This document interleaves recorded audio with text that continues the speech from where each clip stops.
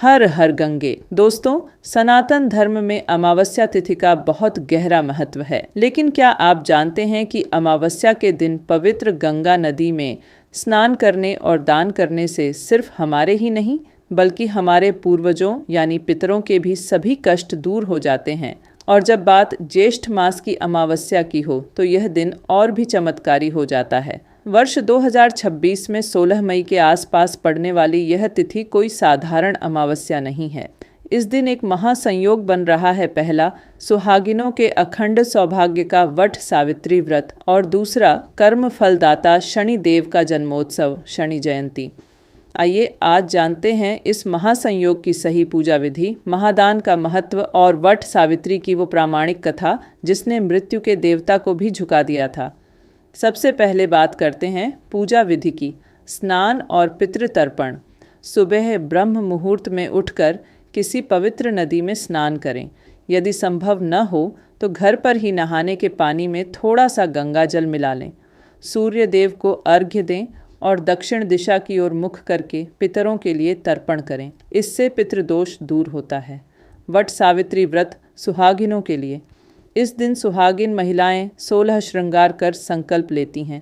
एक बांस की टोकरी में 7 तरह के अनाज, फल, मिठाई, पुए, रोली और सिंदूर सजाकर बरगद वटवृक्ष के पास जाएं। वृक्ष को हल्दी कुमकुम लगाएं और कच्चे सूत को पेड़ के चारों ओर लपेटते हुए 7, 11 या 21 बार परिक्रमा करें। शनि जयंती की पूजा। इसी दिन शनि देव को प्रसन्न करने के लिए शनि मंदिर में काले तिल, उड़द की दाल और काले वस्त्र अर्पित करें। सरसों के तेल का दीपक जलाकर ओम शम शनैश्चराय नमः का जाप करें। ज्येष्ठ का महीना भीषण गर्मी का होता है। गरुड़ पुराण और स्कंद पुराण के अनुसार इस दिन जल से भरे मिट्टी के घड़े, मटके, छाता, पंखा, सत्तू, अन्न और जूते चप्पलों का दान करना महापुण्यकारी माना जाता है। यह दान सीधे आपके पितरों को तृप्त करता है। आइए अब श्रवण करते हैं वह पावन कथा जिसके बिना यह व्रत अधूरा है।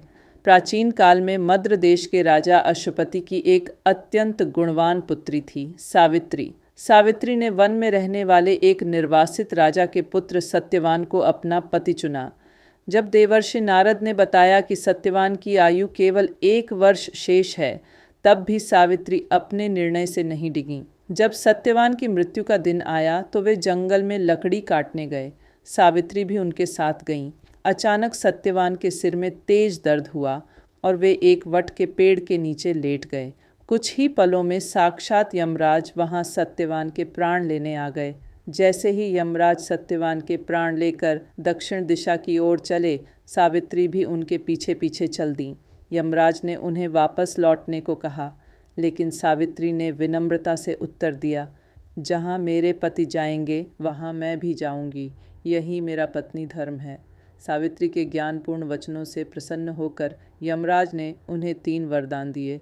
पहला, सावित्री ने अपने अंधे सास ससुर की आंखों की रोशनी और उनका राज्य वापस मांग लिया।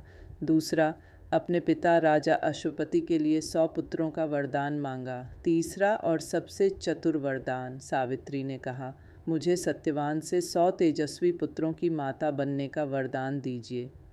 यमराज ने तथास्तु कह दिया, लेकिन तभी सावित्री ने पूछा, हे धर्मराज, मेरे पति के प्राण तो आपके पास हैं, फिर मैं माता कैसे बनूंगी? सावित्री की बुद्धिमत्ता और सतीत्व के आगे यमराज विवश हो गए और उन्हें सत्यवान के प्राण लौटाने पड़े।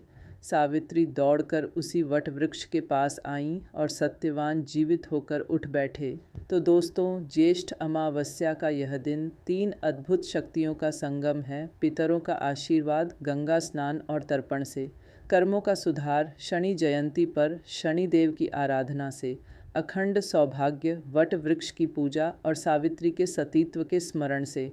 इस दिन किया गया छोटा सा दान और सच्चे मन से की गई प्रार्थना आपके जीवन के सभी कष्टों को हर सकती है। अगर आपको यह जानकारी और वट सावित्री की यह पावन कथा अच्छी लगी हो तो इस वीडियो को अपनी माँ, बहन और सभी प्रियजनों के साथ शेयर ज़रूर करें। कमेंट्स में जय शनिदेव या जय सावित्री माता लिखना न भूलें। चैनल को सब्सक्राइब करें ताकि सनातन धर्म की ऐसी ही ज्ञानवर्धक बातें आप तक पहुंचती रहें। धन्यवाद। और आप सभी को ज्येष्ठ अमावस्या की हार्दिक शुभकामनाएं।